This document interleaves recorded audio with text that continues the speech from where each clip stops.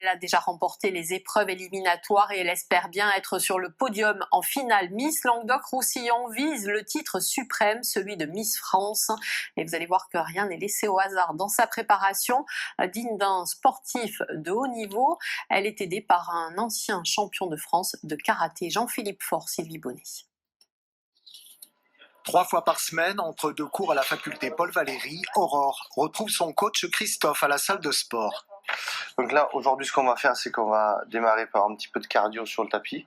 Derrière, on va se faire le petit échauffement classique. Dernière ligne droite d'une préparation sportive intense pour la jeune Miss Languedoc-Roussillon 2016, qui se prépare au très convoité concours de Miss France. Je prends le temps de me préparer à la pression que je pourrais ressentir quand je serai dans le concours.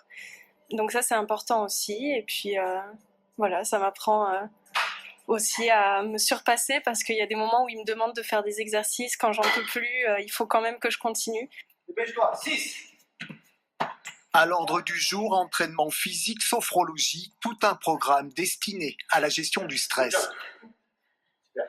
Il y a un programme spécifique qui n'est pas dû uniquement à la partie physique. C'est pour ça que je me définis pas moi comme un coach sportif, mais plutôt comme un coach wellness où on va mettre plusieurs choses qui va être en route. Ça veut dire le physique, l'alimentation, la gestion du stress, le sommeil.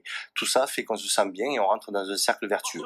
Un sas de décompression indispensable à la santé physique et psychologique d'Aurore, car malgré son jeune âge, 21 ans, pas toujours facile de gérer de front ses études et les nombreuses sollicitations que son nouveau statut lui confère. On est un peu prise dans un tourbillon oui, voilà, d'événements, de choses auxquelles on participe, mais ça a un côté aussi excitant parce que c'est des choses qu'on n'aurait pas vues, enfin que j'aurais pas vues en tout cas si j'avais pas été élue Miss Languedoc-Roussillon. Donc c'est une chance.